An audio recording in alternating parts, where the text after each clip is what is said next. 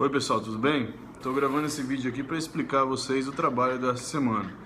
Pela nossa organização ali é a terceira semana e a segunda semana de trabalho. Na primeira semana, no material vocês leram lá sobre as bases filosóficas da educação, alguns teóricos, uma leitura bem interessante, mas a primeira atividade foi uma atividade só de aquecimento.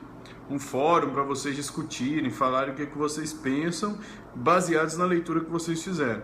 E pelo que eu vi, vocês levaram bastante a sério, eu vi ali opiniões e argumentos bem consistentes, gostei do debate que vocês fizeram entre vocês, achei que a primeira atividade funcionou e foi bem interessante.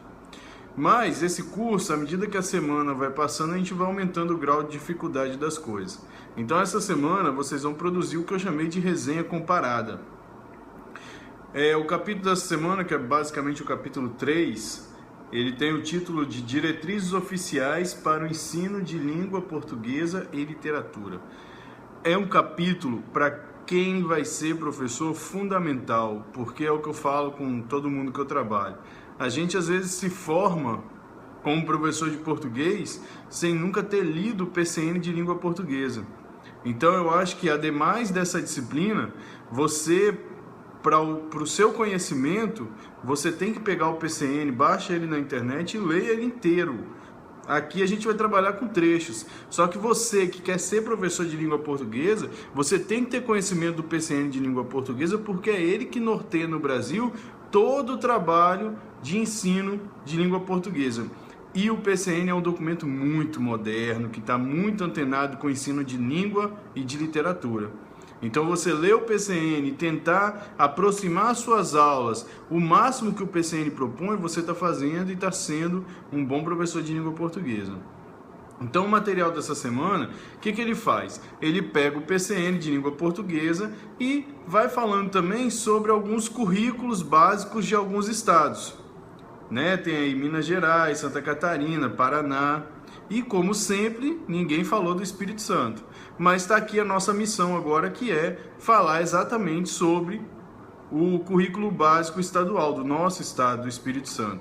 Então o que eu peço a vocês? Para fazer uma resenha comparada, ou seja, você vai ler o PCN que está ali na página, eu marquei para vocês, disse de que página até que página vocês vão ler, e vão ler o currículo básico estadual de língua portuguesa também marquei ali de qual página a qual página.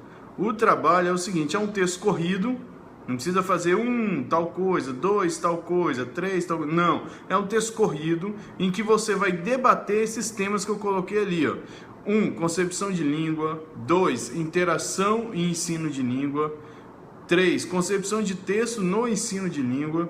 4, concepção de linguagem. 5, ensino. Aí o ensino eu divido em A, B, C, D e E. Então, como é que é o ensino de leitura? Como é que é o ensino de oralidade? Como é que é o ensino de gramática? Como é que é o ensino de variação linguística? Como é que é o trato com texto escrito? Então, você vai olhar os dois documentos, o PCN e o currículo estadual, e buscar semelhanças e diferenças. Então, por exemplo, quanto à concepção de língua, o PCN trata assim, assim, assim, assim, assim, assim. Se for o contrário, por exemplo, porém, o currículo básico estadual fala disso, disso e disso, ou o currículo básico estadual está em consonância com o PCN, mas acrescenta tal coisa, tal coisa, tal coisa. Penso que esse acréscimo feito no currículo básico estadual é fundamental para o bom desempenho das aulas de língua portuguesa, por exemplo. Seria um parágrafo. Todos os tópicos que eu elenquei ali, de 1 a 5 e de A a E, você vai encontrar nos dois documentos. Eu não chutei isso aí. Eu li e vi que tem. Então você tem que mencionar tudo que está ali. Inclusive eu vou falar com os tutores para na hora da correção estar atento a isso. Tem que olhar ali todos os tópicos que eu coloquei. Só que presta atenção, gente. No trabalho de vocês não vão topicalizar. Ou seja, botar 1, falar 2, falar... Não, faz um texto corrido e termina com uma conclusão bem legal. Entendeu? Então é um texto corrido de uma coisa só, parágrafo por parágrafo, vai fazendo semelhanças, diferenças, colocando sua opinião, sua argumentação e vai montando o seu texto. Isso que é a resenha comparada. Você escreve vários parágrafos, linkando um com o outro, lógico, e tentando fazer as comparações. A comparação pode ser tanto que sim, eles estão iguais, estão falando a mesma coisa, como também pode ser a comparação de não. Um falou uma coisa, outro fala outra. Então, o PCN tem uma concepção de linguagem assim, assim, assim, assim. No currículo básico estadual eu não achei nada tratando sobre concepção de linguagem. Esse é o trabalho.